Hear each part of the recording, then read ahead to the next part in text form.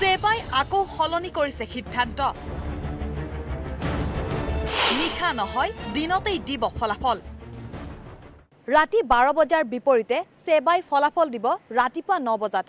বহু দল সংগঠনে কৰা সমালোচনাৰ অন্তত সিদ্ধান্ত বাতিল কৰিছে সেবাই হয় সেবাই আকৌ সলনি কৰিলে সিদ্ধান্ত 4 দিন পূৰ্বে সেবাই লৈছিল নিশা 12 বজাত হাইস্কুল শিক্ষান্ত পৰীক্ষা আৰু হাই মাদ্ৰাজাৰ ফলাফল দিয়াৰ সিদ্ধান্ত কিন্তু বহু দল সংগঠনে কৰা সমালোচনাৰ অন্তত সিদ্ধান্ত সলনি সেবাৰ এয়া 30 মাৰ্চৰ দৃশ্য পৰা হ'ব নেকি এনেকা এটা চৰ্চা আছিল কিন্তু আমি এতিয়া সেই গোটেই চৰ্চাটো গোটেই বস্তুটো ভালকৈ অধ্যয়ন কৰি চালো ৰাইজৰ মতামত চালো আৰু তাৰ পৰা এটো অনুমান হৈছে যে সেই বস্তুটো কৰাটো অলপ উচিত নহব আৰু ঠিকো নহব গতিকে আমি পৰীক্ষাৰ যেটো ৰিজাল্ট আছে এটো আমি সচৰাচৰ যেনেকৈ দিও তেনেকৈ দিম আমি এই বছৰ তেনেকৈ ভাবিছো যে ৰাতিপুৱা 9 বজাত যিদিনা আমি ৰিজাল্ট দিব পাৰো তাৰ ৰাতিপুৱা 9 বজাত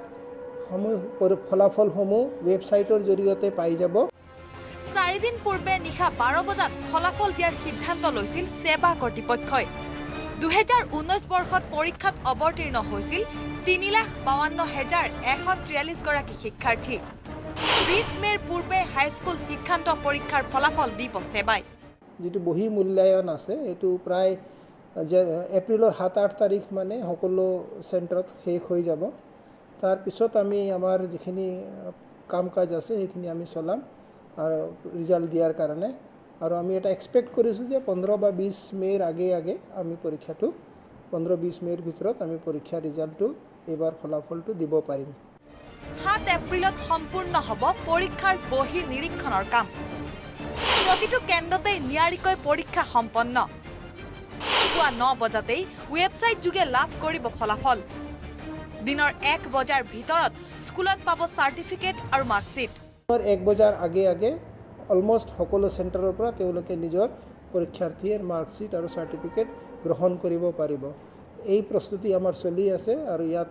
এই গোটেই প্ৰস্তুতি আমি ভাবিছো যে খুব নিয়াৰিকৈ হৈছে আৰু হ'ব বিতৰ্কই সঁচাকৈয়ে পিছ নেৰিব সেবাক কেতিয়াবা যদি গৰুৱে বহি খায় কেতিয়াবা আকৌ পৰীক্ষামূলকভাৱে দিয়া সিদ্ধান্ত বাতিল কৰে সেবাই ভিডিঅ' জাৰ্নেলিষ্ট শচীনৰ সহযোগত জবা দাস আসাম টক্স গুৱাহাটী